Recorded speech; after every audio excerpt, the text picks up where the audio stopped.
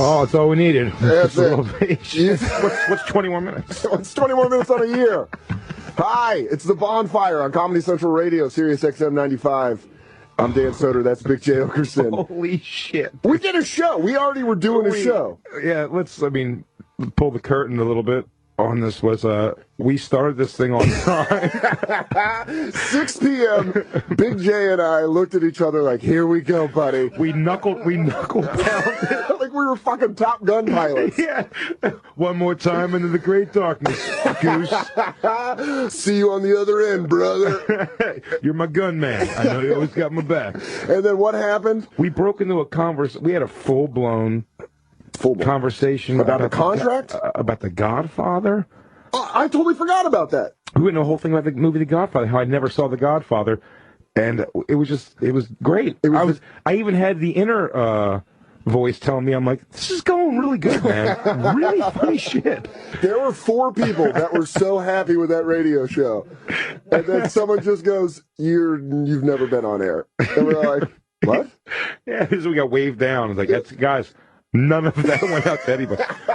Actually, the first words were, "You guys aren't on air." So I'm like, "Oh, we got cut off." And I thought it was some cool, the government was shutting us down, like turn up pump up the volume. Yeah, they're like, guys, this pirate radio that's not pirate radio, but talk hard. This paid subscribing radio station. And no, turns out that none of it. Dude, that was great. None of it played whatsoever, which is fantastic. And it's official, buddy. We're here. It finally happened. Even after a 25-minute delay. I do believe we are live. There's a lot of thumbs up happening around the room. Unless they're just fucking with us to be like, let's just let these idiots go for 2 hours. There's so many thumbs up. I think this is golden. Dude, they even changed the lighting in the production, in the little production studio. It went from cool, fun producer, Frasier, Roz on Frasier, into hospital lighting. Yeah, it really went full fluorescence in there. And that's how you know someone's going to get yelled at. Oh, my God. The fluorescence come on and goes, hey, get out of this sexy vibe, Venus flytrap. It took welcome to the show that was formerly called Big Head and Waterhead and Fat Guy. And Waterhead. Fat Guy Waterhead, the Soder Shop, and the Dan Soder Show with very special, limited, sometimes always co-host Big J. Okerson. Every time, always there, the entire run of the show, J. Okerson.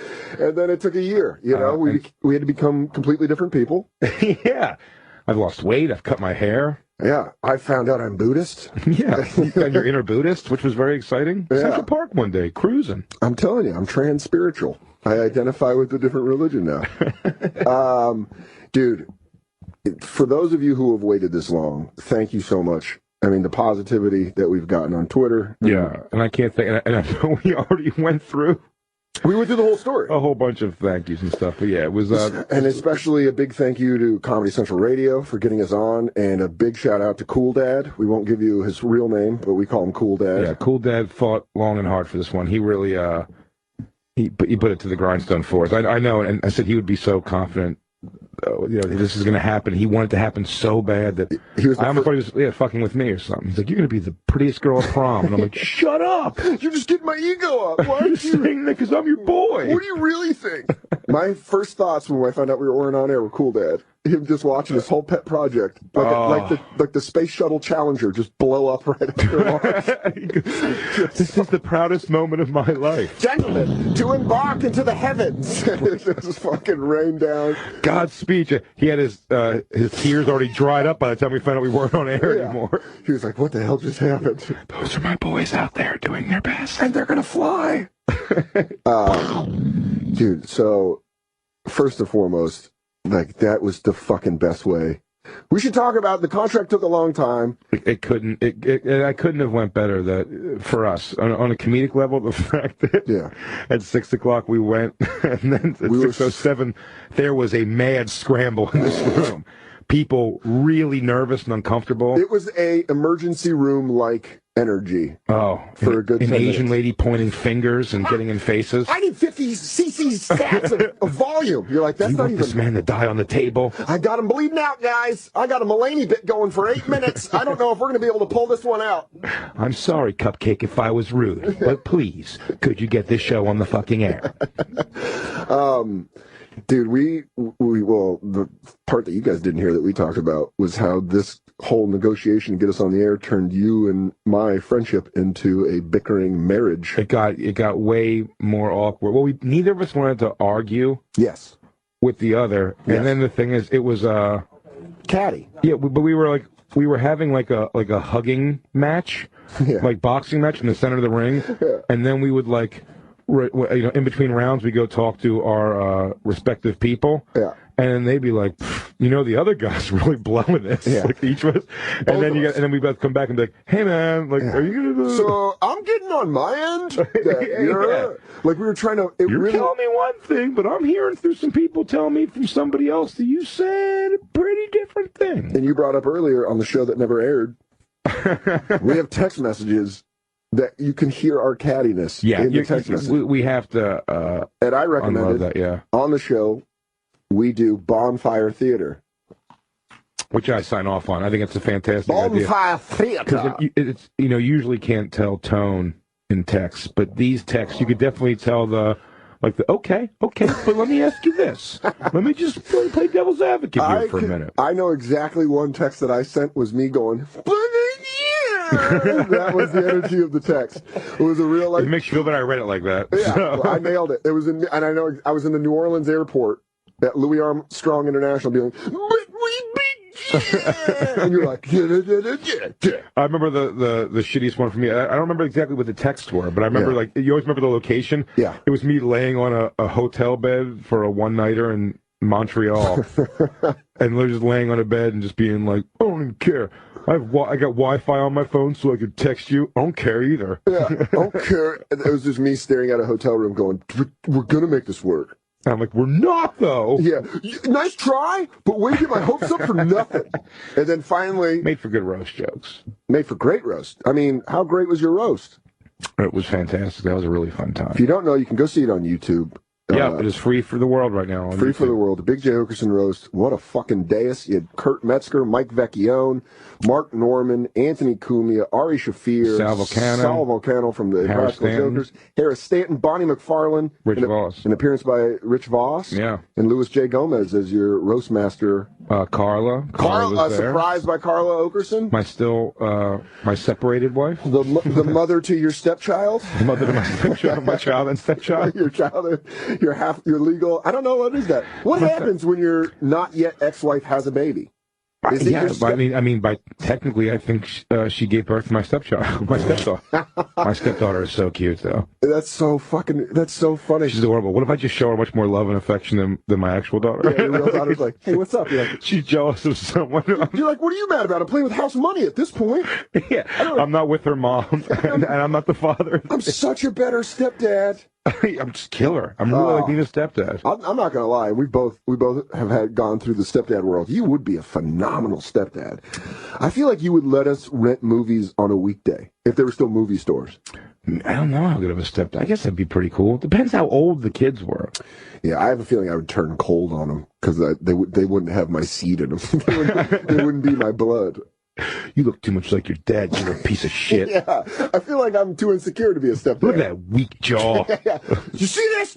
Give it a shot. Give it a punch. You don't have the soda jaw. You can't have my name. I would do that. Like, I would adopt him and then at 14 make him fight me to earn his name. Like it's a Game of Thrones episode. You have to earn your soda. I call your last name Snow because you're a bastard. They're like, oh, this fucking guy.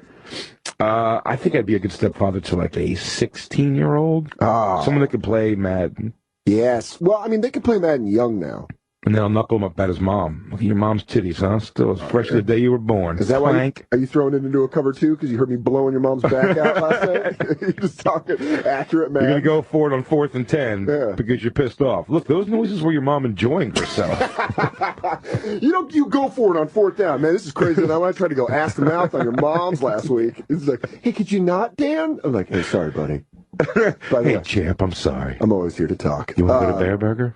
We're falling in, dude. The Big J roast, by the way, I'll just say, probably one of the most nervous I've been because I went on last on the dais, and I was so high, I forgot I was going to have to go on stage. You forgot totally. You just started enjoying the show. Completely got into it. That's so weird. And then I remember being like, oh, I'm after Ari. And then Ari had a great set, and I was like, then those nerves kick in. You're like, oh, fuck am I? And I got to go do jokes. Well, I've never done a roast before ever, so I was really nervous. And everyone goes, really? You looked like you weren't nervous at all, which, thank God. You nailed it. I'm glad I looked not nervous. However, what's funny where you could tell, and when people hopefully go to watch it on YouTube and enjoy it, it's I say the word fucking so much. Yeah, it's just commas, I'm like, and fucking Louis J. Gomez is here, and he's you know this fucking guy? This fucking guy over here, I'll tell you. Fucking and the word complement each other so well. You can really tell what kind of public education you got when you say that. You're like, fucking, this fucking guy. Public education, yeah, really. It really is, but it also was, you told me what you were going to do, and then the set happened, and you did it so well, I was like, I think Jay's mad at me. And then I saw the rest of the set, and I was like, I don't think he's mad at me. That's what makes me suck about doing roasts. I take it too personal. But See, I didn't take it not personal. Jokes about me. I feel like when I write a mean joke, I'm like, oh, they're going to not be friends with me. They're going to be upset with me. Yeah. Oh, yeah. I didn't feel that way with anything that I said at all. Yeah. I thought putting a picture, spoiler alert, I thought putting a picture of Ari Shafir's asshole up on the screen was going pretty far, but whenever you have YouTube forced him to forced us to blur out his dick in some other videos. So if he's that loose with it, why should I be concerned? I feel like any person, Ari, like any other person with a deformity, just becomes comfortable with it. It really, something's wrong with There's it. no way to say that he is a prolapsed asshole. There's no way to say that it's sick. It's just a deformity. Yeah, it's just like he had God sewed his asshole up wrong. And I That love was one of God's early Build-A-Bears.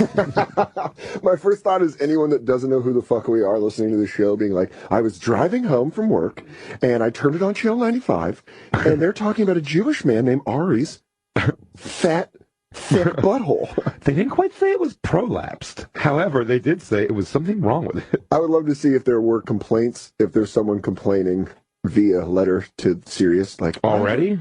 No, just about that specific. That would make my day. It's only been 6 minutes we've been on the air. And to the best of my knowledge, people are hearing it. So, unless they could be fucking with us, Jay.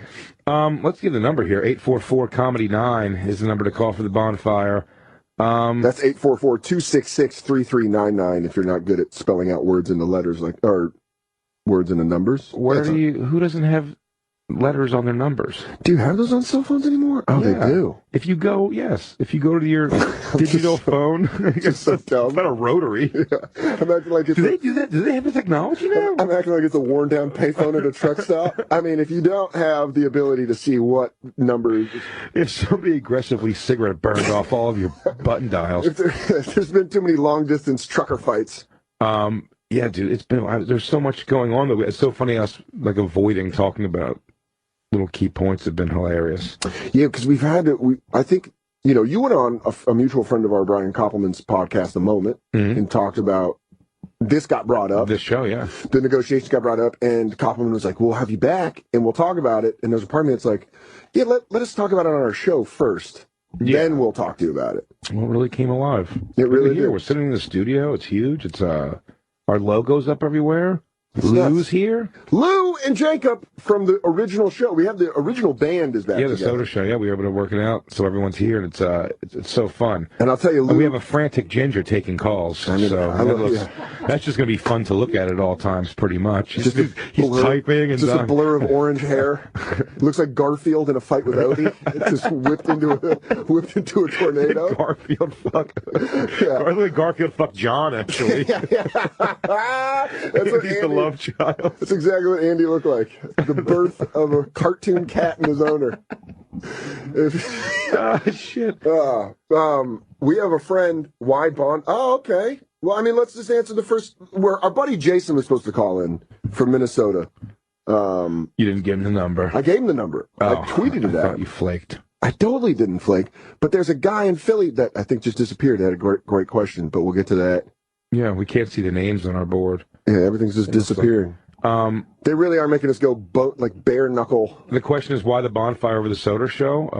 That was the question. Yeah, that's why I saw the question. Because the Soda Show, it was a weird thing where they were like, was contracty stuff. Contracty stuff. Not only that, but they did it at the last minute because we were going to call it limited edition radio. Yeah. And then at the last moment, like, we got to go sell the radio. We're going to go. It was like the day before.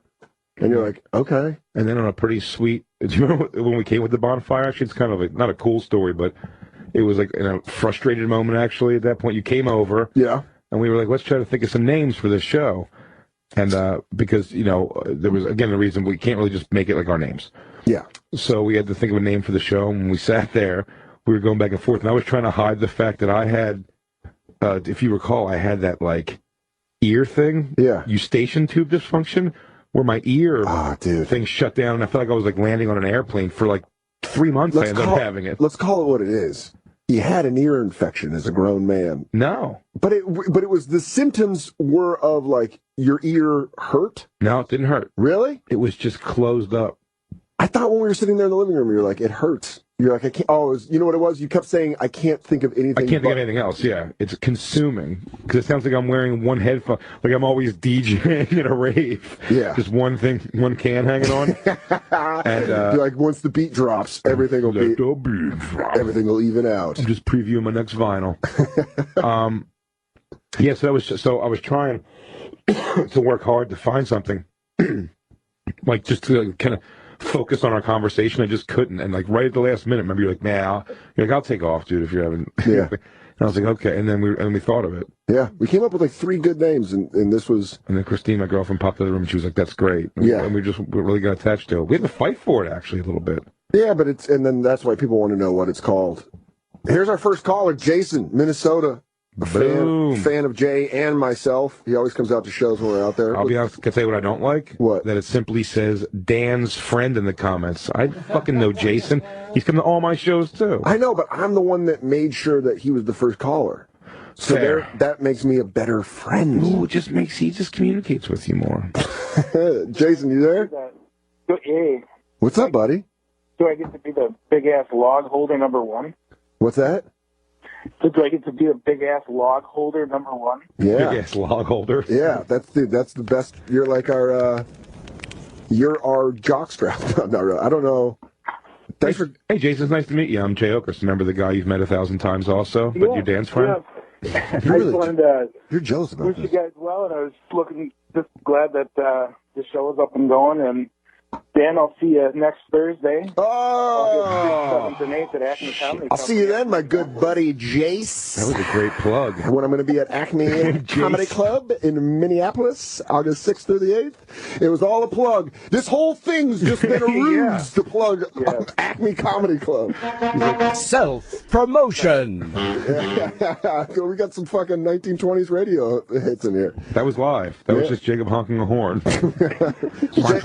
Jason, thanks for calling in, buddy. All right, thanks. Look forward to seeing you, buddy. Dude, my next favorite question is, we have to answer this, is this guy in Florida simply wants to know who the hell we are and what the hell this show is. But yes, please put him on. I'm in Florida. You there? Yeah, I'm here. I just want to know who the hell you are and what the show's about. Well, it's nice to meet you. My name's Dan Soder. I'm a stand-up comedian. I'm Big Jokerson, also in the stand-up comedy world. And we're doing a show where we sit here and talk for 2 hours, and you get to listen to it. Okay. That's a great response. What the fuck is this? That might be the fucking best ever. What's your name and what do you do? Name's Jim from Cape Coral, Florida. I'm Jim. actually in the golf business. Oh. How so? I'm on the retail end of a golf store here in Florida. Oh, so you probably have a very nice tan all the time. All year long. Do you hit It's on going to go bad quick, though. Do you hit on married women pretty aggressively? Well, since my wife's probably listening right now, I never would ever do that. But you got like that. You've got like a golf pro shop confidence. Like you I do. Yeah. And it's strictly in confidence. And off the air, I'll be happy to tell you some great stories. I mean, that's really. I mean, thanks. Golf store pussy. That's crazy. I'm wearing my spikes. She's got her skirts all the way up. I'm in the ninth hole. I pull her skirts aside because who's got time for nudity? Dude, when I show a woman how to swing, I got to do it from behind. I'll just leave it at that. Oh, you definitely hang out. What an old creep. I like this guy. He's definitely part of a swingers club too. I bet he's got gold bracelets that get caught up in his forearm hair. Yeah, and he's got surprisingly defined forearms. Oh yeah, they're vascular as shit. I mean, there's just veins running through them. And but he's got a large collection of collared shirts of all very neon. He's not black. He's not wearing black and grays. This is lime green. Yeah, lime green. Neon orange. Yeah, absolutely. I bet he doesn't even feel the itch of herpes anymore. No, not anymore. That's subsided. When he has an outbreak, he just flicks them off like unwanted guests. Yeah. Well, Jim, that's our show. Thanks for calling. If you want to know what our show is. Every Monday and Wednesday, live, 6 to 8 p.m. But thanks for calling, Jim. All right, man. Thank you. Thank you, buddy. Just getting that golf club pussy. Crushing golf club pussy. Just bored housewives looking to fucking pick up a hobby. Give me a wedge. I'm going in her sand trap. Yeah. How did porns never pick that up? They did golf? They did pool guy, pizza guy. They never did golf club. Well, I think they did an actual golf pro. No, I think they did an actual like Tiger Woods like theme thing after he was like boning all those chicks. I'm not talking specifics. I'm just saying why didn't they use that just as the golf pro shop? Yeah, like I'm sure it's been done. It had to have been done. Every scenario's been done. But what if it hasn't, and that was our calling? Did we miss the boat? Is to come up with obscure porn scenarios for people to fuck. I think we need to fix our screen. I can't see any. We keep calling people by their last names. I didn't know. I couldn't see it. So David. I'm guessing it's David. I just saw. Yeah, you can't see it, so we just look like assholes. That's my new buddy M. He's like, my name's Jim. It's actually James. It's named after my father who fought in the Korean War. Please use my proper name. Wait, how did Jay fix his ear problem? That's a question we don't even... Completely waited. That's it. There was nothing else to do. You just gotta wait. Eventually goes away. All you need is just a little patience. You just gotta sing Patience and do the snake slither and whistle awkwardly. Maybe that's the whole theme of our first episode is just, hey guys. Patience. 2, 1, 2, 3, 4. This is it. And but I can only hear this song in my right ear because my left ear was shut down completely. It was terrifying. It really was terrifying. And whenever this song comes on my iPod and I'm on the subway, I'll whistle out loud, and I forget that I'm whistling out loud, and people just look at me like I'm fucking insane. Really? I assume by like the second or third note, they'd all start looking at you like, right? Start doing the snake dance. I can see where's so many around. I've been walking these streets at night. Wait, yeah, well, I need you. Just some old lady, some old Greek lady coming from the store. She knows her Axel. There's like random people walking by. This guy's fucking... Bernadette, I'm not walking by this guy without snake slithering. Sad woman, take the time. Oh, it's such a specific reference, but such a great one. Oh, yeah. It was great. It's really come up. Patience has come up a lot today. Dude, you've been through... Here's the thing about this show finally getting on air. You've been through so much shit personally that I've wanted to talk about that we haven't been able to talk about.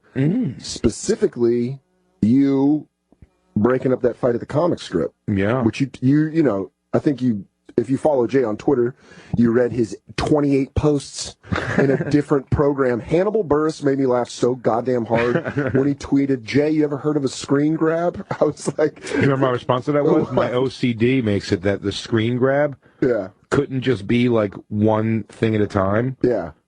Or like even two. It would always be a little off, and you'd see a little part of another like text that we had back and forth, and it bothered me that it looked like so unsymmetric. Dude, I was so intrigued by it. Yeah, but you had to go to a whole other site or something to see it. But I kept I didn't earn it. I didn't have good reception, so I was like, oh god damn it! And it would be, I had the 1X, and then it just kept coming in. So the story is, the host, our friend William Stevenson, was hosting at the Comic Strip Live in New York City on the Upper East Side.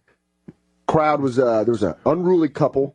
William drunk on stage, blah blah blah. I mean, the story's bad, but it's like, you know, you can read it on Interrobang, you can read it on the Comics. And they transcripted everything, but it was but yeah, the funniest things they just said, like, he was gonna do his best to get me banned from every comedy club in New York City. That's the owner of the Comic Strip, Richie Tinkins. He was gonna ban you from every comedy club in New York. Because, and you know, and it's funny, there are people like Jim who don't know the story. So a brief summary is... I'll give you a quick synopsis as your friend. There was a couple in the audience, unruly. The MC, our friend, William Stevenson, said in so many words, he got into it with them. They gave it back. Then William called the woman a cunt. Yeah. And then the guy got on stage to fight William, and then Jay. And for the people who don't know Jay Okerson who are listening, I don't play that shit. Jay don't fuck around. You're going to start something, you better end it. No, Jay totally fucks around. In fact, I went on stage assuming I was going to just kind of like grab William, a 60-some-year-old black man, and hold him back, but no one else came to the stage with me to help out. None of the staff, didn't he? There's no, security staff. So it's just you. It was just me. And you and your fucking... Jay, whenever there's a physical confrontation... My oafish bullying? Dude, the only way I can describe you is you have martial arts confidence whenever you break something I need you about 3 feet back. Yeah. I'm going to need you about 3 feet back. You change your hand into a claw-like thing, and you're like, hey, bruh, I'm going to start breathing in through my nose and out through my mouth. You're going to want to run. But you took... You see me digging this back heel in? Because I'm going to throw a front kick. This is my power leg. I'm going to slapping it. This right here, this is my power leg. You can decide how your night's going to go. You can walk out of here, or you can get your chest caved in. Bro, I've been in too many kumites to watch you walk up here and end this night like this. But you, and the video's online. You can watch the video. They put the video I think up. they pull a lot of it's pulled, but you can find it somewhere. Listen, it's the internet. It's fucking somewhere. But you step on stage with that martial arts confidence, and it ends, and then what ensued was the owner texting you saying you were banned, saying you weren't allowed to work, that he was, and again, go to Big J's Twitter, at Big J Okerson on Twitter, and you can go back far enough. I think it was like mid last month. Yeah, but the interrobang.com has the whole thing just posted. Go to and Interrobang did a better job where they, he laid out.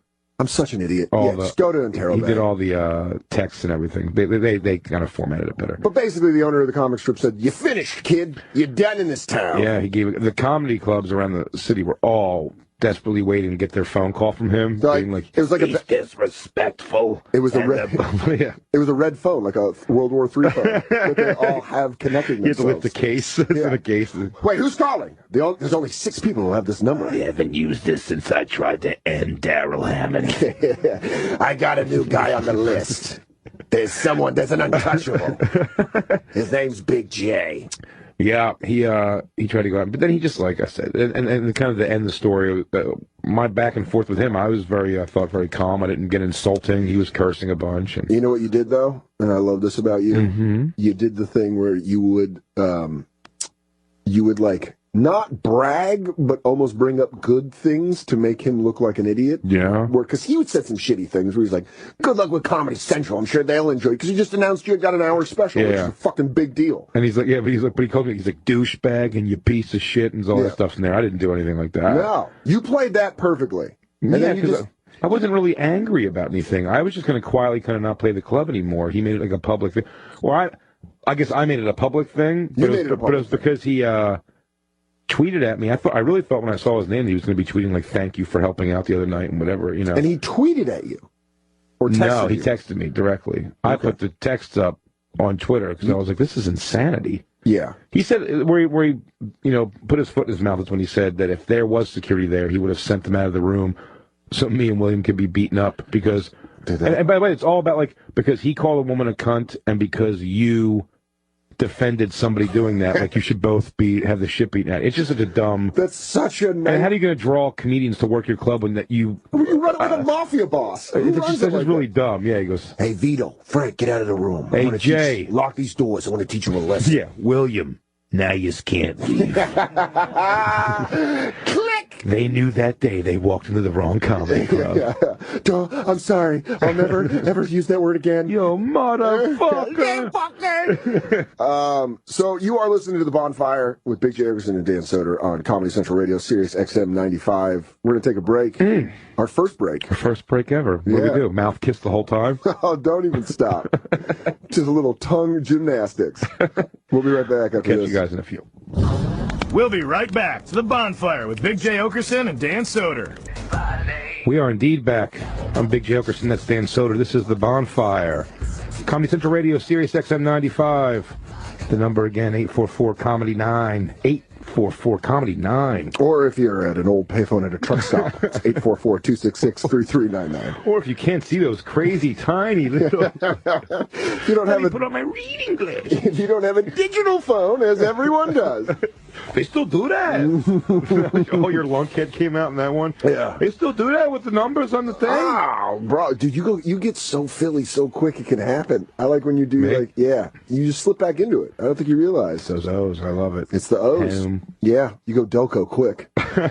You go Delaware County. Straight motherfucking Which, Delco. by the way, is a fucking awesome web series I watched on ComedyCentral.com. So we can plug shit if it's on Comedy Central. Yeah. But really funny, this comic, Tommy Pope, Philadelphia comic, has got a web series on ComedyCentral.com called Delco. No shit. Delaware County. I think I'm going to watch that. It's great. Anything Philly always makes me laugh. Makes me laugh too, man. I don't know. There's something about Philly. There's something about Philly and Boston that always make me laugh. And it's probably just because it's irritated white people that are more, really more irritated than me. Just blue-collar anger. Yeah, there's nothing more palpable than blue-collar anger. But they're in these cities that are growing around them so much. And it's like, you know, pay $14 for a fucking sandwich. Well, that's the thing is, like, everyone loses their jobs because now private conversations are being released, and this is the next thing we wanted to talk about. But like, are like construction workers going to start losing their jobs when they like these racist rants that they clearly have? How great would that be? Your contractor's not there. You're like, hey, what happened to the guy that was doing this? Like, turns out he's embroiled in a scandal. Said something about Asians, and it got out. He was almost finished with my deck out there. He's done. That's your problem now. You got to hire someone that's not racist. You're like, oh, I mean, man, who the hell wants laborious work done by someone who's not racist? Oh, you want to have your deck built by someone without that passionate hatred inside of them? Yeah, just hammered in every nail. Everyone knows hate makes food better. That's why Paula Deen made so much delicious food, and why Rice Krispie treats made by the Klan are the most delicious. I don't shake hands with blacks, and I don't use a nail gun. I use a hammer like my dad. By the way, we're clearly joking, because I know blog culture these days would be like, are you guys promoting racist contract work? You know, that is a rough one to go into after one of the questions was, who are you and what is this? I started going, I don't shake hands with black people. They just isolate it. Big Okerson. Is this the person you want Comedy Central giving a special to? We, of course, are talking about, Jay and I, both huge professional wrestling fans. And I'm not so much anymore. Dude, the new stuff. You love it still. I still love it. I pop it on once in a while, but you play the video games. Yes, and it seems so it's going to affect you. It seems like all because WWE2K16, WWE no Hogan. They took him out of the game. Took him out of the game. He's gone. He was in it. He's got Ben Wad. He got scrubbed for He was in the game. Took him out. They went back and really. Mm-hmm. Of course, if you don't know what we're talking about, over the weekend, it was leaked on the National Enquirer and a couple other things, released a transcript of a phone call that Hulk Hogan had made 8 years ago where he was racist as shit. It was 8 years ago? Yeah, and he was racist as Maybe he's learned a lot from that. That's always the excuse for racists. You always go, well, come on, that was 8 years ago, man. Look how far everyone's come since then. It was kind of in. You know, what? Oh, come on. You weren't into racism a little bit. 8 years ago. Like it's an old band? The first Fast and Furious came out. You live your life a quarter mile at a time, and you're saying you weren't a little bit racist towards whatever Vin Diesel is. Towards half of whatever he could possibly be. But Hogan's done. He's like, they scrubbed him from... I purposefully waited to find out. Like, I purposely waited to read the transcript until we had this moment. Because I wanted to hold off judgment. So you haven't read... I want to love the Hulkster.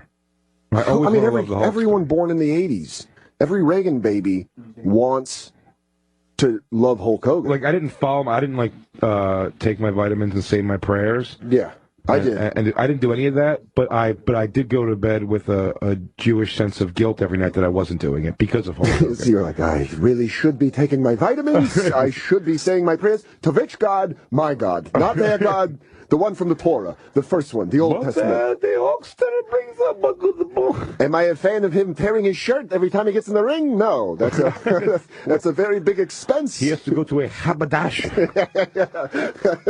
By the way, Jay is Jewish, so you can't get mad at us for making these jokes. I like your disclaimers on everything. Dude! Have you seen this Hulk Hogan? What's his real name? I heard it's Terry Lorkovitz.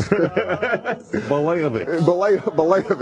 Belayagard. You know, I don't even know what to feel with Hulk Hogan. I mean, I'm going to read this thing, obviously. And are you just supposed to hate the guy? I don't know what his deal I think what it is he's had I mean, from being just like the Hulkster, yeah, even through the WCW years, yeah, it's really become like his life is literally crying on TV or inappropriate touch with his dog. It's like that was so much scandal, and it really is from when he opened up his life to reality television. I was just going to say that. Like he was some of the look. It made for very captivating TV, but it didn't really make you do it. Why was he not hated so viciously and removed from games?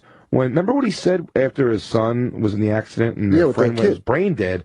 Do you remember Hulk Hogan said, I don't know. I mean, his son was driving the car that crashed into a tree, and the guy's, I guess, technically a vegetable the rest of his life. Yeah, I think he was brain damaged. Hogan's response was that, talking to his son on the phone, was like, I don't know what your friend did wrong with God to find himself in this position. You don't remember that? I don't remember him saying that. A phone call in prison. And look, again, it's a released phone call, so is he just trying to make his son feel... That's what I'm saying, so maybe that's why they let it go. But, again, this is a phone call, a private phone call thing where I'm like, come on, well, man. Even if you have... It's hard to rake people over the coals for something that's like... But any empathy... I've said horrible, horrible things when I knew I'm not being recorded. And by the way, if it's something that sounds hateful, probably it's funny. Do you know what I mean? It's probably something I was saying to be funny. There's no way that this is funny. Though. No. I understand that. I'm saying myself, but I'm saying you could still get things from me that you could. I mean, you could take so much of and make me string it together to be any. You know, you have to conduct your life a certain way. I almost want to hear. I don't know if Hulk Hogan's conducted his life like a racist at all. That's why I'm saying. Like, look. Well, here's the thing I'm saying is with the prison phone call. That is, you can't tell your son who just made his friend brain dead that whatever your friend did with God, he's got to Hulk out of this one, or else he's never going to walk again. I'm not here to say I told you so. But remember when I made you say your prayers and eat your vitamins every Well, day? looks like you paid your dues, and that's why you're walking out of that jail when I post bail. That is the only way, my friend, that you are living large right now. What if that's the thing? If he was so mentally insane that he believed that if he just did that, he could do everything else? I mean, like, here's the thing that happened. Insanity. He's from Georgia, lives in Florida. He's from Florida. I think he was was born in Georgia and grew up basically in Tampa. Okay. He's a Florida guy. Uh-huh. Florida's a very racist state. Oh, you know what? No shit, man. When you come out of Florida, ask anybody that's from Florida, and they'll be like, it's pretty tough down there.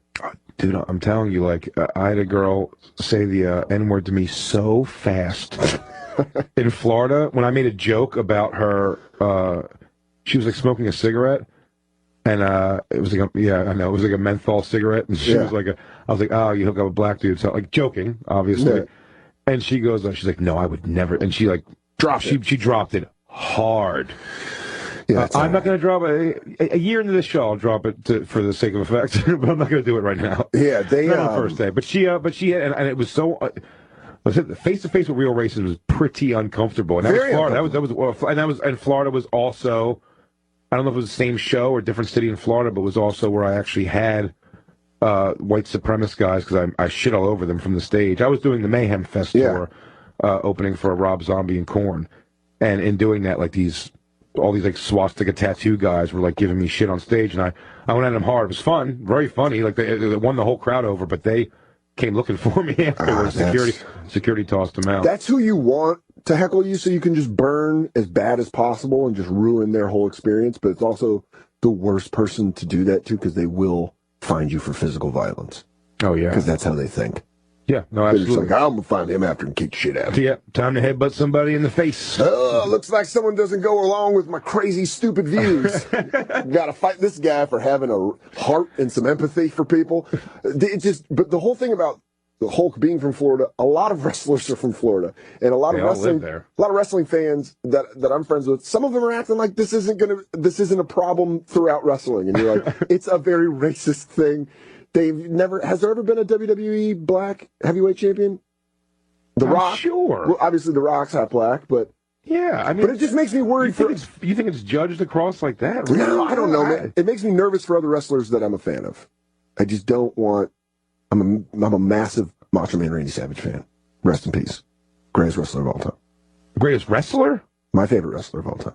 Favorite personality?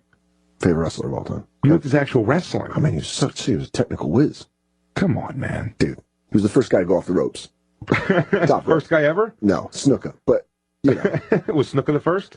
He was probably among one of the right now, there's some guy, some like 90-year-old in Tennessee who's punching his radio right now. He's like, "Turn it off, you motherfucker!" I don't like that my grandson made me listen to this filth shit. I knew Terry when he was coming up through the circuit. He wasn't a racist boy. He had big arms. One of my favorite wrestling like things me and you ever did, like just like having a laugh, was doing Terry Funk, the most God. extreme wrestler of all time, arguably. Terry Funk is... He always has to leave an event because he has to go, like whenever party he's at, he always has to leave to go do some kind of a crazy match. There's a documentary called Beyond the Mat. That is a documentary about professional wrestlers where they show and they highlight one of the guys is Terry Funk, who's a wrestling legend, and he just talks about all these matches. I've talked about it on a podcast before, but you and I did a game where we would come up with matches that Terry Funk had to leave to do. He's like, after I wrestle here, I got to go to a winner starts a small business in a mid-market city match. I'm going to do a wrestling on scorpions while your mother scolds you in a corner match. I'm going to do a 5th grade spelling bee. Loser has to enroll in the community college match. Like, what the fuck is this? Is the guy's life? It's just ruining social events so he can go participate. Like, because the shit he says is it's like barbed wire matches. It's like loser gets set on fire matches. Well, it's also like those, you know, their lives are always so tragic and like how much time they have to dedicate to wrestling. Yeah. That you hear him. That's what I'm saying. Not that he has to like so much do the match. It's like, I couldn't make my daughter's graduation from high school because I was in a vinegar and gnats match. Holy shit. They finally got the technology to give my firstborn hearing, but I couldn't make it because I was in a loser dresses like George Washington and walks through Delaware match. That doesn't even sound like a punishment. That sounds like a fun thing. But I'm just worried. Macho Man, I mean, we were talking about it yesterday when we were playing video games. We talked a little bit about this, and I said, Hulk Hogan, yeah. But if it turns out, if they have a tape of Macho Man being very specifically racist, just to like one group, he's like, yeah, never really liked the Filipinos. Yeah. Don't like Pacquiao. Yeah, never mix Spanish and Asian.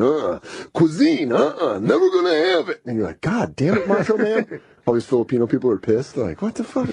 Wow, Macho Man. Why did he target us? Even more specific, Eastern African. Yeah, never really liked them. More of a fan of Western Africa. Yeah, that's the real cradle of civilization. Oh, yeah. You're like, yeah, it's fucking... So when this thing broke, immediately I knew we were going to talk about it on the show. You haven't even read the transcript yet. No, and I want to. Do you want to read...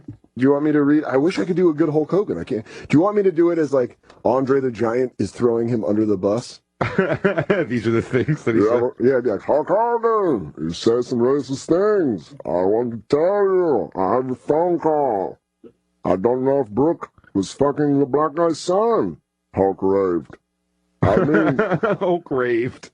I don't have double standards. I am a racist. He says it. That's the weirdest thing. So I'm looking at it as you're reading it. I don't have double standards. I am a racist to a point. Fucking niggers. That's what it says next. Wow. Now, that's such a weird jump from to a point. But then it looks like to a point seems like the header for like, I'm about to dial this back. But then he jumps in. But it's usually, I'm a racist to a point, you know. I like black people. It's usually the next thing. Or, you know, it's like, I have no beef with the Jews. And he just jumps right into it, hardcore. But then the sentence that follows that makes no sense. Because it says, but then when it comes to nice people and shit, and whatever. Oh, wow. Wait, maybe he's just telling that old Chris Rock joke wrong. He's like, I was watching his... brother, I like black people. Listen here, brother. What you gonna do when I'm watching Bigger and Blacker? When I'm watching Bring the Pain? According to sources, he said... Wait, do we have the tape? When it says according to sources, when it says that, it really makes you feel like this could be somebody throwing him under the bus. According to sources. But I mean, like...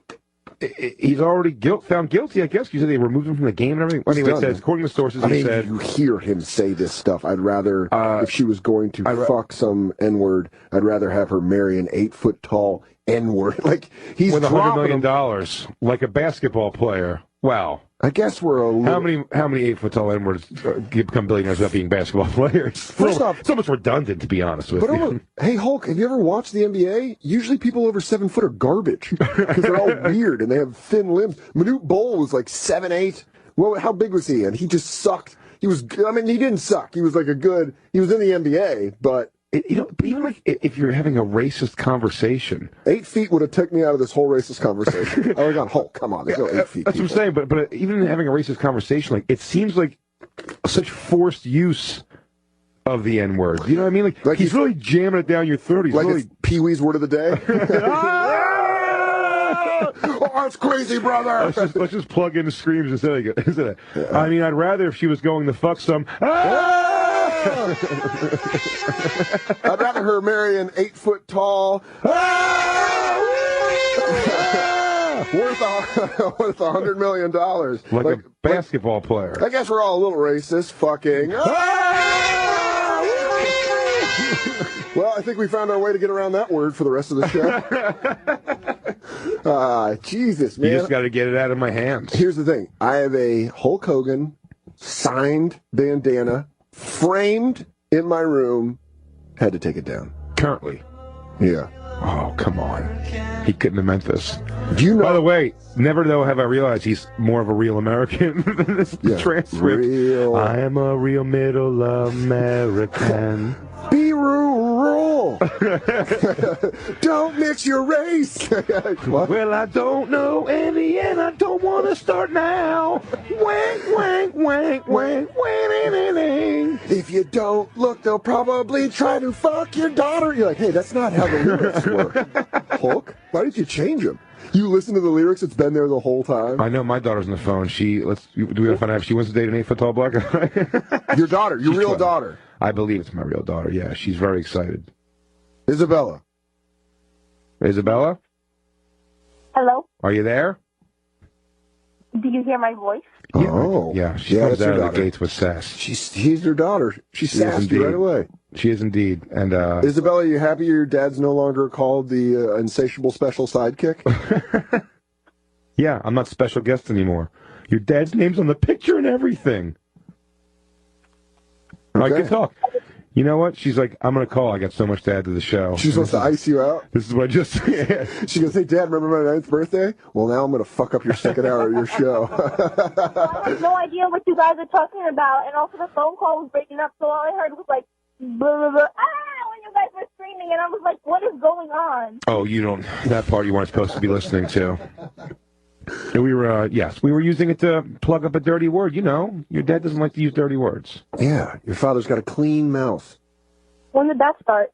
Yeah. Oh, very recently. This one, she's a wild one. I love it. That's a lot of Carla in her too. That's a lot of it. You could no shit. She's as good at busting your balls as Carla is. Yeah, no, she is. She likes to go pretty hard. Sometimes it's funny. That's a great thing, like line we cross though, like because I am her father, so we have a good busting balls thing, and then it just goes too far where I'm like, you know, Isabella, do this thing, and she's like, Isabella, why don't you do that thing? And I'm like, I'm going to punch you in the face, seriously. Like, now we have to stop. I know normally we do this thing, but right now you need to do what you're supposed to do. Isabella, if there's ever been a chance to say your father has threatened violence on you, now is the time to say it. Because you can have recordable evidence that Child Protective Service cannot take away from you.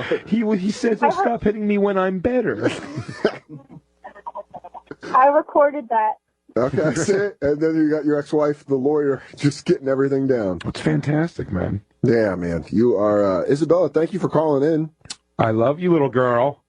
I love me too. Oh. Yeah, that's it. She's 12 years old. She's almost done with me. She got that teenager confidence. I don't need you. Get out of my room. That's what she's got. She's got get out of my room confidence. Yes, no, very much. And she's definitely like all the emotion of hanging out is all me. Mm-hmm. Like now I'm like, Isabella, I'm only going to be able to see you like one day this week. So let's make, and she's like, okay. Can we do none? Yeah. But if I literally go, oh my God, I got caught out of town. Like, I'm not going to be able to make it to this thing. She's like, all right. Yeah. I'm over there I'm pacing, thinking of excuses. Like I'm trying to quit a job. Well, because to you're breaking hangout plans with a 6-year-old in your mind. And what it really is an apathetic 12-year-old. That just really... Yeah, she couldn't care less. Yeah, it's like, okay, I'll hang with you or mom or whoever and at what age do whatever I do. At what age do your parents become kind of like your roommates, like that you hate?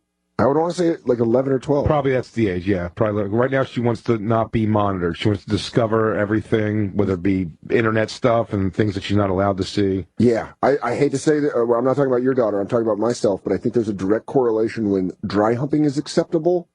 That's also when your parents become your enemy. When dry humping, yeah, you want them out of the way Yeah. in case you absolutely happen to do that. Yeah. Why don't you say me and you dry hump a little bit, buddy? Dude, I'm down to get some gene heat. I'm going to get corduroy burns on my pee hole.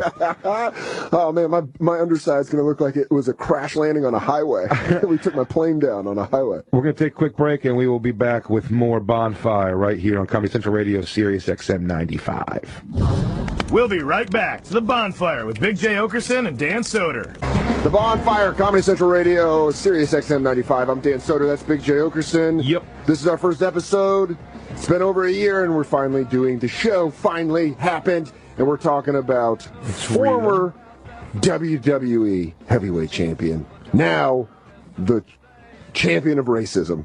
Yeah, man, it's hard after reading that.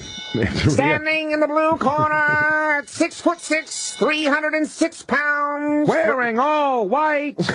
With a white-tipped hood and the burning cross, he is currently the WBO heavyweight racism champion, Hulk Hogan. So they're calling him El Gringo. Not in my backyard, Hogan. Hulk, what happened to my America? Hogan. What happened to the America that my father fought for in World War II? Hogan. His opponent, everyone of color. Boo to you. It's the attitude era. It is the attitude era of wrestling. Huh? Yeah. Crazy. But it's hard to argue. You can't argue this transfer. Again, You cannot argue this transfer. I want to argue, for him just in the, they took a phone call, but it's if he said these things, if it's real, if he said these things, I mean, he's hammering it home pretty hard that he's racist. Yeah.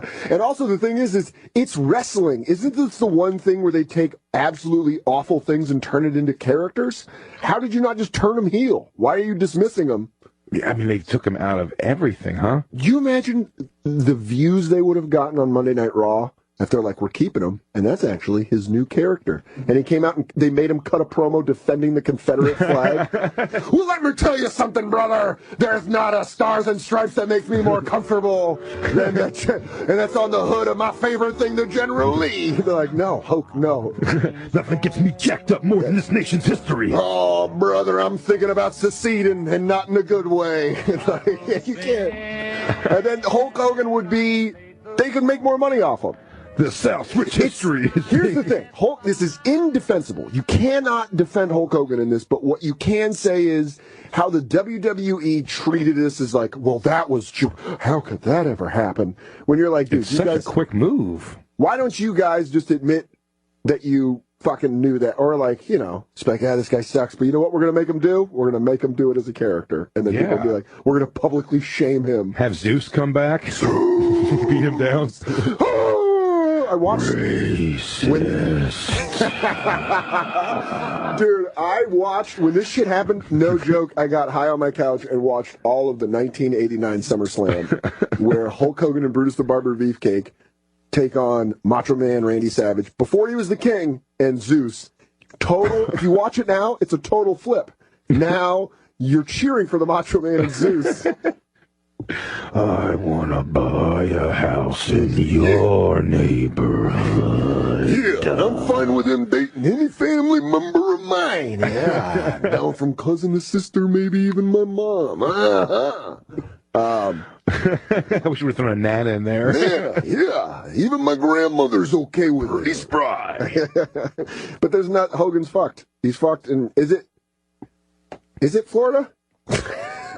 It might be Florida. Did you ever see the movie Bully? Yes. That's all. It's just it's really very humid, shirtless, thin boys wearing shorts all day. I don't know what you did. who don't respect their parents. The parents seem to not care. I'm making a very broad generalization. But Florida's also gorgeous, Miami. Of course. And there's very expensive and very, whatever. But I mean, like the white shit of Florida is maybe tops in the country for white shit. And I come from Philly. All right, we're going to go. Let's do our Bonfire top 5 places to be white trash from. Number 1, undisputed, Florida. I mean, Hulk Hogan, now that he's the mayor of Racistville, Florida. He is their Joe Paterno of that team. He's leading them to the, all right, number 2. They're tearing the Hogan statue down in Tampa. Yeah. Number 2, I'm going to go Arizona. Because of the desert people. Because of the get the Mexicans out of here, pull them over thing. Yeah, all that hate. But here's the thing. I guess it's the people who kind of, that seems like a politician's decision to do stuff like that. No, I've lived there. Pull everybody over. The people really are like. Yeah, there's people. They're not all the people, but there are people. But is it inundated with with illegal Mexicans? I don't know. Yeah, that's what I'm saying. All right. So who would you say? I'm talking about more. Listen, I'm not even arguing that it couldn't be the most racist. I mean, I just feel like we got to round out our top 5. Who's going to be number 2? Philly's got a good little batch of racism going. Now, I'll give you Philly. Are we going just racism? Because if we're going racism, I mean, it's going to be like the SEC is going to dominate like it does college football. Yeah, but what are you talking? Yeah, it's true. It's going to be all Southern states. But what's the top 5? I'm talking about worst white trash. Just white trash places. White trash places. Oh, Scariest. I don't think I would ever put Arizona in there. You're probably going. Oh, you got to go rural You're going to go right into your West Virginias, your Southern Ohio's. That's 3 and 4. I'll put them in the top 5. Yeah. Are you putting Philly in No. Philly's not a great white trash place. Sort of. You kind of need backyards or front yards to be real white garbage. Yeah. And Philly, like the part where the fucking hey yo motherfuckers are at, it's not really like yards and shirtless barbecues and shit. I'm trying to think. Maybe the part my grandmother lives in Northern California, which is about 2 hours north of San Francisco, maybe an hour north of San Francisco. He's got some of the most aggressive, scary white trash I've ever seen in my life. Yeah, South Jersey's pretty good too. God, this is so hard. It's a good batch in South Jersey. Dude. Oh yeah, because a lot of guys confident. All right, so far we're definite. We got Florida, West Virginia, Southern Ohio. Who rounds out 4 and 5? Let me say why I say South Jersey. I lived there, so I was amongst it. Okay. But what that is, remember how we just described Philly has plenty of white trash? Someone was calling in trying to say Boston. No, we're not talking racism. We're talking... Yeah, racism, I would have thrown Boston in there too. But it's... easy. But this is not... You're talking about a place to be a real, comfortable beer koozie. Yeah. Guy wearing cutoffs where his pockets show. Yeah. For some reason, dress shoes with no socks. Now, here's what happens. In Philly, the people, like, the white trash who get a couple bucks... Yeah. Swing it over the bridge to South Jersey, and then they get to live at that above ground pool life. You know what I mean? Yeah, living that. I got to go Walmart and boss people around life. Yeah. So, and then they come, and then they they get Target money. Yeah, they have those. They get a nice rancher house with a backyard. Oh, I love a nice 1-story house in the middle of nowhere. You buy it, it's still dirty when you buy it. They don't even give you it till you clean. Car on the lawn. Yeah. Just a real... South Jersey's pretty killer for that. You know what? I'll let you have it. I'll put South Jersey as far as the top 5 white trash places. Everything I see in Arizona is always nice. I haven't seen the fucking Barrio. Oh, you got to go to like Globe. You got to go to like a nice small desert town. Yeah, see, I always see like, I mean, Arizona to me, if you were like, where do most porn star girls choose to live? Or like, it's like Arizona. That's like Scottsdale, Phoenix, though. Scottsdale, Phoenix, yeah. I know it's a big place. I've never been anywhere else, though. I bet like Oklahoma. I bet there's things we're skipping over, like Oklahoma, the Dakotas.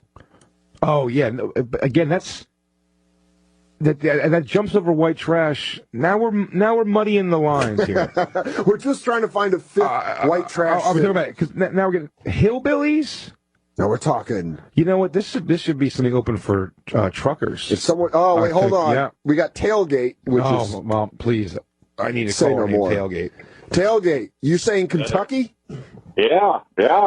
I lived down there for 8 years. Yeah, that's a big racist state. I live right. We're not talking racism. We're talking white trash. White trash. Well, like a white trash haven. They do kind of go hand in hand generally. Well, yeah, they do down there, especially in Hazard County down there. Hazard County, I mean, how did we not even bring that up? Hazard County. Yeah, how did we not even? You get down there. You get down there in Pikeville and all that area. Oh man, yeah, you got some pretty good white trash down there. And this is a guy that sounds like Boomhauer telling us where the white trash. I love it, dude. Well, it's inside info. Tailgate, yeah, you're like our source on the inside. You're a narc. We have to give you a fake name so they don't make you. And yeah, that'll work. feed you Rice Krispies till you die. I had too many treats. My blood is pure sugar. Keep pouring milk in it. Yeah, I love that. So all right, and by the way, Ohio, I know from doing that Funny Bone Comedy Club, right? And is it Cincinnati is right above Kentucky? Yeah, right, it's like right there. Yeah, so, Cincy's right above it. And they do not. Yeah, there is like a rift. There is definitely an over that bridge rift. They do not like each other. You call anything like when you try to do some local stuff, you're like, where do you live, Kentucky? They'll boo it. Yeah. At the comedy club. They're like, fuck that. And you're like, what? But meanwhile, they're technically in Kentucky. It's like, that thing that you can see? Yeah, hey, Warriors, you're across enemy lines. Oh, looks like those white trash hillbillies trying to get over the bridge back to Ohio. News just in here, bobbers. Looks like we got some people from Kentucky that are trying to get home. Ooh, looks like the mall is lousy with Cincinnati folks. Why don't they remake that? Do a white trash Warriors? Trying to get back to their home base. Yeah, oh shit! All right, we got Corey in Arkansas. He's got a good one I didn't even think about. Go ahead, Corey. And by the way, thanks Tailgate for calling in. Corey, what's up, man? You got a good one. What's up? Oh, dude, Indiana for sure, man. I live in Greensburg, Indiana, and it's almost rubbed off on me. It's like I'm almost white trash now. I'm like, I would love to hear this shit ever. Corey's voice 5 years ago was like, "Hey guys, what's up?" And then now it's like, Man, I fucking hate. How young do girls wear makeup there? Good point. Oh, dude, my buddy's daughter. I mean, they already talk about sex, and she's 12, dude. Like that's how white trash Indiana is. That's a good tell. How young the girls start fucking is a good tell. You're from where? Colorado, and Colorado is like one of the nicest places I've ever been. That's where I'm from. That's where Soda's from. It's nothing but white, black, Mexican, and they all live together. There's no ghetto in Colorado Springs. No, there's not. But you know what's in Colorado Springs that's kind of creepy is that military church vibe where everyone it's like a secret society that everyone's trying to get you to join their like weird evangelistic church. Oh, really? Oh, yeah, man. There's like one of those, those movies where like the town is perfectly peaceful, but then there's like super something fucked up. Yeah, David Lynch made a whole career of making movies about that. Yeah, that's what Colorado Springs feels like, right? Like under the surface, there's a seedy underbelly. Like there's sex parties with masks involving the town's most powerful people. Oh, really? Like that kind of feeling. Secret society stuff. Yeah. Illuminati shit. Yeah. Tupac's still alive.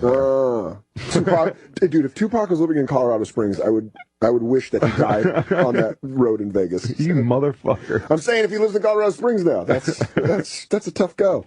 So you're saying Indiana. You're saying we should put Indiana in the top 5? No, it's got to be number one. I'm an over-the-road trucker, man, and as far as white trash goes, Indiana takes the cake, dude. Right. I mean, I've been to Florida and all them states, dude. And you're saying Indiana. Hey. Staying with it. This guy's in the truck, man. He's got his hands out there. Yeah, I can't argue with boots on the ground. He's, yeah, I mean, it doesn't, what's it, Indianapolis is out there? Bloomington's out there with one of my favorite comedy clubs, the Comedy Attic, which I'll be in October 8th through the 10th. Are you really doing any radio for that, buddy? No. Oh. We'll bring up that later. Yeah, that's another day. Talk about two of our friends that aren't our friends and that we'd like to shit on profusely for how they treated Jay when he was in Indiana. They treated you the same thing, sort of. They were just completely apathetic. I don't think they were as mean to me as you made it sound like these two guys were fucking straight up mean. Well, it wasn't the two. It was just the one, but it was the whole grouping. I felt it was just the coldest experience I've ever had. Yeah, but it's a good preview. But we'll get to that another time. We'll talk about those fucking steamers. Today I give them a pass. All right, so Indiana. Let's go through our white trash top 5. Indiana, West Virginia, Florida, Southern Ohio, Southern Jersey. That's not bad. That's a solid top 5. I don't know if you ever saw the movie Out of the Furnace. And this is the part of Jersey, which I love. That's Jersey? the Woody Harrelson hillbillies in that movie are New Jersey mountain people. And they're all like inbred, bare knuckle fight. Now I don't know how real that world is. I hope to God it's so real. And I was bummed I never saw it. You're just going off something that you saw in a Woody Harrelson movie. I call it a Christian Bale movie. I'm pretty sure there's white guys walking around just hustling people at street basketball games. You're like, yeah, that was just White Men Can't Jump. No, but I'm pretty sure I saw the Woody Harrelson movie. No, he dunked eventually. That was real. Do you know I heard he really dunked in the end of that movie? I was pretty crazy about that. Agreeing. All right, we got another back. Steve from Chicago says signs off on it. I mean, we got a witness from the congregation. You're saying, Steve, we should add Indiana to the top 5. Oh, I agree with Corey wholeheartedly. I'm from there. I've moved into Chicago. I got right outside of Gary, Indiana. Oh. Where it's bad. That's where the Jacksons are from. Hell yeah. Yeah. But Gary is a white trash, but right outside where all the steelworkers' families left. Because you realize if you're not beating your kids into stardom, you're just beating your kids. Right. If you're making them sleep on the floor, they're either going to be amazing entertainers or just hateful people. Hey, it's 4 a.m. Everybody, wake up and dance, motherfuckers! Time to get up. Guess who just took his belt off? Because he's going to go to bed after he whoops some ass. Whooping that ass. Dad, is this for a point? Nope. Yeah, then you get this. Dad, my feet hurt. Shut up! I'm gonna beat that ass to the feet. You don't think about that feet. I'm gonna whoop that ass. I'm gonna whoop on top of your feet. Keep it moving. Oh man! All right, I think Indiana. I think it's in. Yep. It's a cosign. So yeah, how do you say no to that? And do we have to do? I think maybe next episode we do a follow up of maybe the top 5 racist cities. I think it's gonna be. You know what? Because he's from Chicago. Steve's from Chicago. I mean, it'd be a fun conversation, but how do you find the top 5? You're exactly right. Once you start swinging like southwest in this country and like and just south in general, you're just gonna find places where it's like, of course, there's whole patches of places that are crazy racist. What if we do top 5 racist cities above the Mason-Dixon line? How about we do top 5 racist major cities? Okay. We talking top 50? That's a big list. Yeah. We cutting this down? He goes, now, I know it's not super popular. Syracuse, New York. Sioux City. I'm going to toss this one out there. Nice Sioux City. I know it's about 48, 49. Puxatawny, Pennsylvania. Oh, wait. What am I saying? Jesse in California. How did we not fucking think of this? Let Jesse roll. Jesse. Dude, North Las Vegas, Nevada. Yes. People come to Vegas, got all that cash, they lose their ass. Next thing you know, they're stuck and they go live in the ghetto in Northtown. And I'll tell you this right now. Yeah, that makes sense. Jesse's got a great point. There is nothing grimier than North Vegas. Right. And somebody's got to run Vegas, so you got to watch all them people. That's why there's so much security, to make sure them people don't just give away the money. This is far off the strip. Dude, this isn't even near this is like where you keep. We're talking old Riviera right now. We're going. You're talking Naked City, man. That's down right there. That sounds like a Grand Theft Auto level. Naked City. Stratosphere, man. That's where you can get a hooker and a crack dealer, and you can find somebody to shoot your old lady if you wanted to for $30. But it sounds to me that we're going white trash cities, and it sounds to me like that's all everybody that loses their ass, which is everybody under the rainbow. So you're true. Come from all over the. So you're okay. So I mean, I appreciate you throwing North Vegas in there, Jesse, but I'm gonna have to disagree and say that is a very multicultural trash town. Yeah, you're just in a dump. Okay, throw it in the soup. All right, there you go. But I like it. I like that you're coming with a different opinion. Hell yeah. Hey, man, keep doing what you guys are doing. I love this. Thanks, man. Thanks for calling in. Right on. We got Stuart from Florida wants to throw his hat in the ring here. This is a great thing. I like this. Stuart, you there? Yeah, I'm here. So what are you trying to toss into the top 5? You're from Florida, so you're trying to throw the hate somewhere else. Oh, I'm going to agree. Florida's up there. Florida's 2, if not 1. Okay. The only place I've ever been, I'm a trucker. The only place I've ever been where I've seen somebody get out of their truck and shoot at a plane with a rifle is rural Missouri. Driving through rural Missouri, there's a bunch of dudes drinking on the side of the road. Dude sees a military aircraft go over from the Air Force Base, hops out of his truck and starts trying to pot shot it with a rifle. There's nothing. Is it because he thought the machines were rising up and He's like, they're it's flying now? Yeah. It's Skynet. I don't know, man. Just Skynet's become aware. Get out of the Ford. I gotta take out the Terminators before they get the human skin. it was crazy. And I wish I could have stopped and talked, but unfortunately, you know, I had to keep going. But it was did you? that happened. How far down the highway did you chuckle watching those assholes shoot it? I mean, I was on the phone for probably the next hour and a half telling every other trucker I knew about it, and most of them had a story that was pretty similar from the same area. Just guys in a pickup. Just shooting at the fire. You want to go out and huck bullets at a plane? You guys want to go take down some iron birds? How about we go bird hunting, the steel kind? Oh, that's good eating right there. That's a F-15. I get the black box. I'm gonna get $200 down at the pawn shop. Yeah. My aunt lived in rural Missouri in a town called Dexter, Missouri, and she said it was without a doubt one of the scariest places she's ever been. Scary. She said it was scary. White trash scary is its own kind of scary. Yeah, it's like no good. It's like The Hills Have Eyes scary. It's like Hispanic or black scary is more like robbery fear, maybe, where like white trash is like they might cook you or something. It's exactly what it is. They're just going to take like do their something time. weird, like Devil's Rejects type shit. Yes. Like they're going to taxidermy your body or something. They want to hear the fear in your voice. Yeah. That's like white trash scary. Tell me where I know I'm alive, player. You can scream all you want, ain't no one gonna hear you. Like, you don't want to hear that shit. You gonna taste so good. Oh, I can't wait for Mama to see what I got her. You're injured. You're crying. Please let me go. You're funny, mister. Please, I'll give you all the money I have. I'll give you my phone. Please. That's how you sound. I'll be downstairs. Oh, I got myself a new bride. Yeah, this shit. Ah, God damn it. It's giving me it's actually chills. Good, because it fucks you up. Doof. I mean, that is, if that doesn't tell you why that's how scary white trash is. Just for the record to say how the shit runs downhill, though, it's funny. So the guy from Florida calls to say, fuck rural Missouri. Yeah. And then somebody from Missouri is calling to just throw another city under the bus. Everybody's like, oh, no. This is white trash hot potato. Let's go. Yeah. What about Sacramento? Well, this guy's got a great name, Gage, which is the name of the baby who was the little boy got killed in Pet Cemetery. Yes. You know what you put in the ground doesn't always come back the same. Sometimes the ground is sour. You gotta bury your own. Dude, also, can we talk about how impressive it is that a 4-year-old toddler flips an 18-wheeler just by putting his hand out? Yeah. What kind of fucking baby from Krypton strength does that kid have? I like it really was all left behind was his shoe. Knock his shoe off. And it's not even bloody.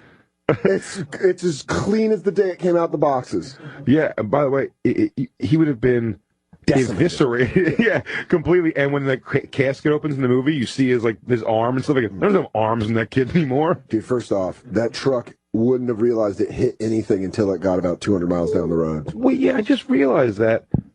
I can't believe this a thing I've never picked apart in the movie Pet Cemetery. Yeah. When he buries his wife or the cat or anything, they come back with the damage that happened to them. Yeah. But the little boy comes back perfect. Fine. Except he's mean. Except now he teases you about your sick sister and then he comes at you with your Achilles. Oh, he sliced it. That one freaks me out. Me too. That one gets me every time. That fucked me up the way arachnophobia fucked me up sitting down on a toilet, afraid that a spider was going to hit me in the balls. You get whacked in the nuts by a black wind. Yeah, just by a big old African tarantula. I got bit in the balls. He goes, was it a brown recluse? Yeah, like probably rotting. My nuts are rotting. I got bit by a spider when I was out in Sturgis doing the performing at the bike rally. That's the whitest thing you've ever said to me. Oh boy, is it! And when I got bit, they tell you that I think I got bit by a spider because my ankle's like kind of blowing up over here. They go, well, we can get you over to the EMT. He goes, it's just gotta hope it's not a brown recluse, or you'll know in about 7 minutes. And I'm like, can we please really rush to the EMT guy? He's like, it's probably not. I'm telling you, and bad news for you, Kid Rock's doing a sound check.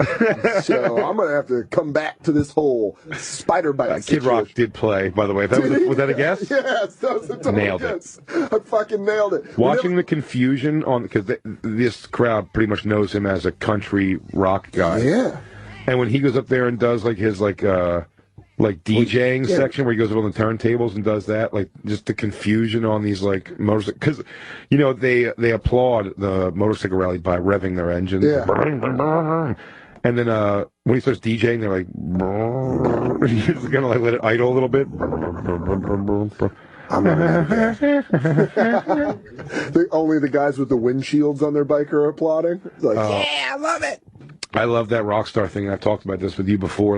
I like the bravado and the chest out persona of rock and roll that comedy doesn't have, because Kid Rock got on stage and said, sorry, I'm in a little bit of a bad mood tonight. My house was just broken into. I wasn't home, because if I was, I got a cabinet full of motherfucking guns and I'm ready to use them. Out of my cold dead hand. Everyone's just like, they're fucking motorcycle boners. They're just jerking off while getting their motorcycle ready. Like, I can't, there's too much I want to express right now. They're just housewifing on the washing machine. Oh, quick, my wife's got to suck my butthole or I'm going to lose it. I got to suck my butthole as quick as possible.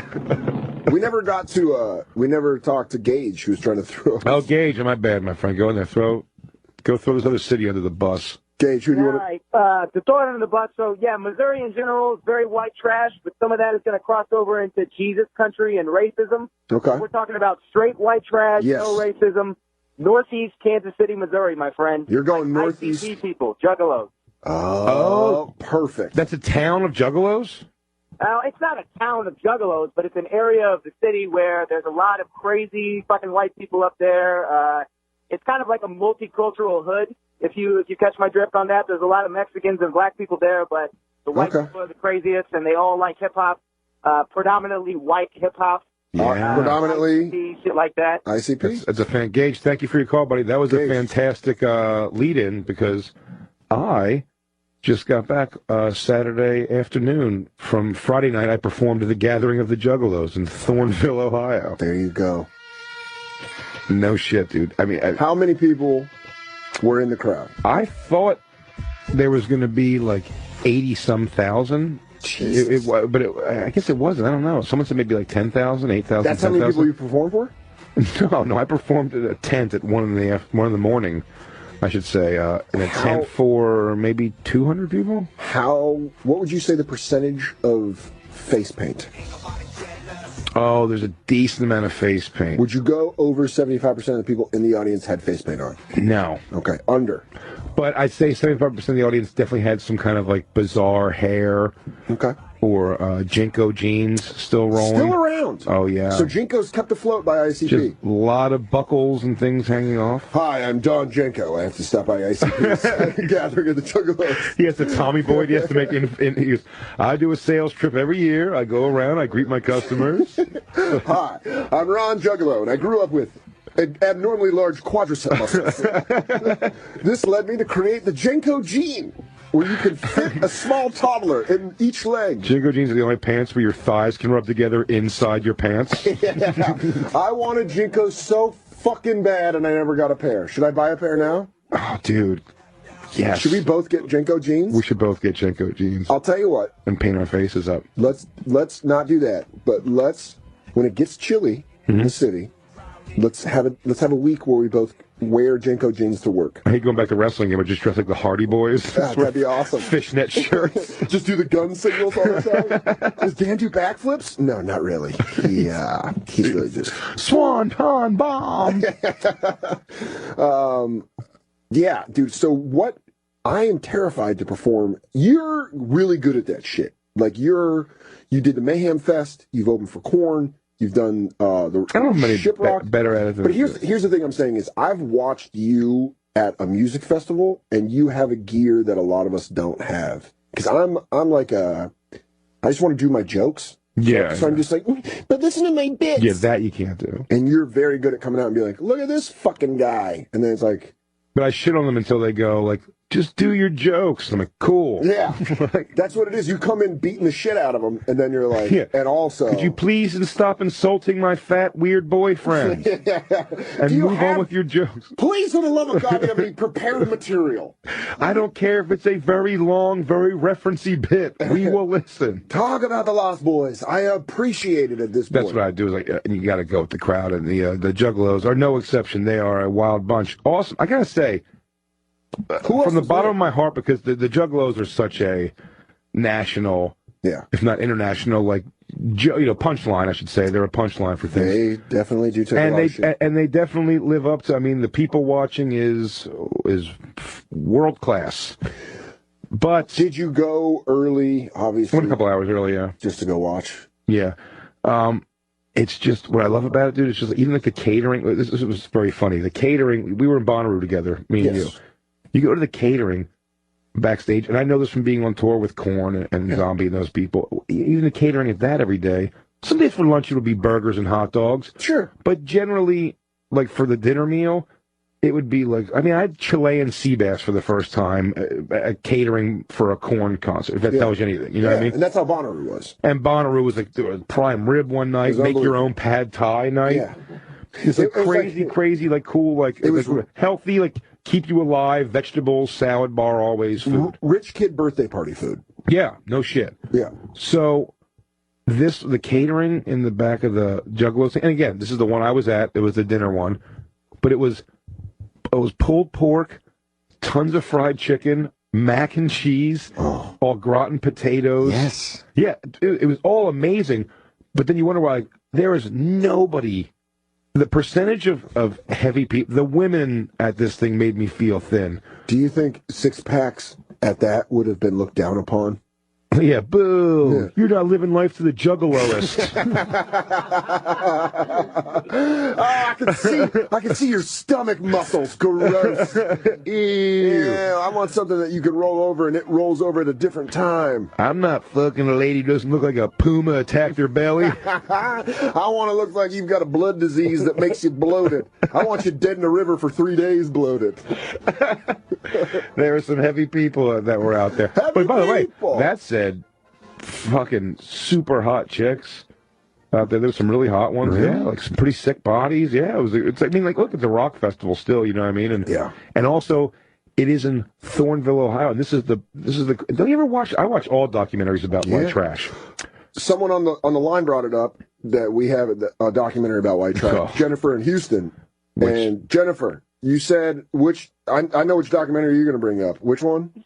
It's the Whites of West Virginia. Yeah, the wild and wonderful whites. Yeah, that's what it is. It is just so crazy. Do you understand? It's fantastic. White trash there. Jennifer, I own a shirt that says "Fuck you, Dennis" because of that fucking.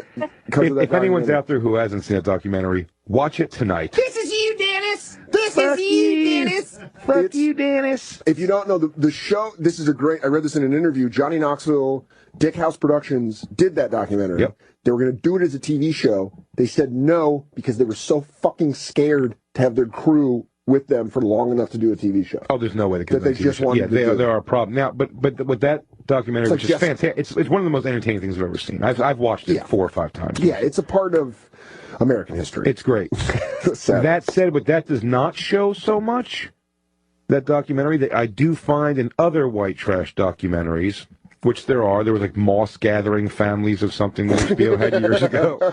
But whatever they are, because these small towns, these guys, if you're like one of those like skinny, weird, or even like a fat, like weird, sweaty, shirtless guy in some of these places, they pull like a chick who's like under the radar. Still, she's like wearing like purple eyeshadow, and she's wearing like old crazy cat lady makeup at like 16. But like they have like sometimes like these fucking fantastic bodies. Dude, unbelievable. There was a girl who was all like, I saw a girl at the Juggalo thing all skeezed out, like, her hair's in dreadlocks. She probably smelled like garbage, but she was running around in her panties, and like her body was pretty fucking fantastic, but a dirtbag. But you got to understand something about white trash genetics, and you got to know this. You got to Jane Goodall. You got to be around him to understand this. White trash genetics. Once those sick bodies, once they have babies, become unraveled so fast. Oh yeah. So fast. I'm the certain second of a baby comes out, the body drops off. It's like one of those. It's like the thing that gets the space shuttle into space and drops off. That's what their hot body. I feel like it's like God's trap to keep. Yes. Like it's like they get that, and then once they get so there's no, they couldn't even pull it back together. Yeah, that's the sweetness. That's the little bit of honey that gets you into the man-eater fucking the Venus flytrap. The best you can get is they get that fucking female bus driver body where they're strong from like lifting hay and shit. Softball catcher legs. Yeah, just sort of jacked, bottom heavy. You're like, why do I feel like you could probably deadlift my dead weight? She has a massively fat ass, but also here's the thing: her arms are bigger than my waist. So I think we're going to end the first episode, but I think we have our top 5, which obviously we will debate. Oh yeah. But the top 5 white trash. I'm going to jot down as we say it. What do we got? We got Number Indiana. 1. No one's arguing Indiana. No one's arguing Indiana. No one's arguing Florida. Florida is in there. West Virginia. West V. South Jersey, I'm giving you. And I'll take it. I'm telling you, let's go on a tour. Southern Ohio. Yeah. I think South Jersey's going to be the first one we're going to get I think it's the first one that people are going to be like, no, there's way more white trash than that, which I'm sure there is. But white trash, it's a very specific thing we're talking about. We're talking about real, like, bush beer. Yeah, we are the sommeliers of white trash. We will tell you what you're getting on the nose. That is burnt Winston's with a nice burnt carpet finish. That's a fall asleep when I smoke finish. Dad still has shirts that he wore in pictures in the 70s. Referring to parents by your first name in an anger way. That is... Everyone still calls video games Nintendo. Yeah. Because they only have Nintendo. Dude, we fucking finally did it. It flew by. I mean, for anyone we didn't get to on the phones, I apologize. But this is going to be a pretty regular thing. So I hope Jim, who was wondering who we are and what the fuck we're doing, tunes in and enjoys the show. And I love that we're doing this together, buddy. One sentimental moment. And the crew, Jacob and Lou, and Andy. We have Andy over there on Ginger Screens. Ginger Screen. It's honestly the fucking coolest that this came out of us fucking around for 6 weeks. And for right now, 2 days a week, we're going to be sitting right in the studio doing this for you. So plus, you can catch replays here on Comedy Central Radio, Sirius XM 95. But we will be live Mondays and Wednesdays, 6 to 8 p.m. Eastern Standard Time. Obviously, that's 4 to 6 p.m. Pacific. Are we about to get out of here? I mean, it's 8 o'clock. We're done. Oh shit! You got to go on our very close friend Louis J. Gomez's show, Below the Belt. That's right, I do. You got more MMA. You got more serious radio. I'm gonna go get high and play video games. And then we're all going to reconvene at the stand later for Christine's birthday, my girlfriend's birthday. So, we will fucking catch you Wednesday, 6 to 8 p.m. 6 to 8 p.m. right here on the Bonfire. Big Jefferson, Dan Soder.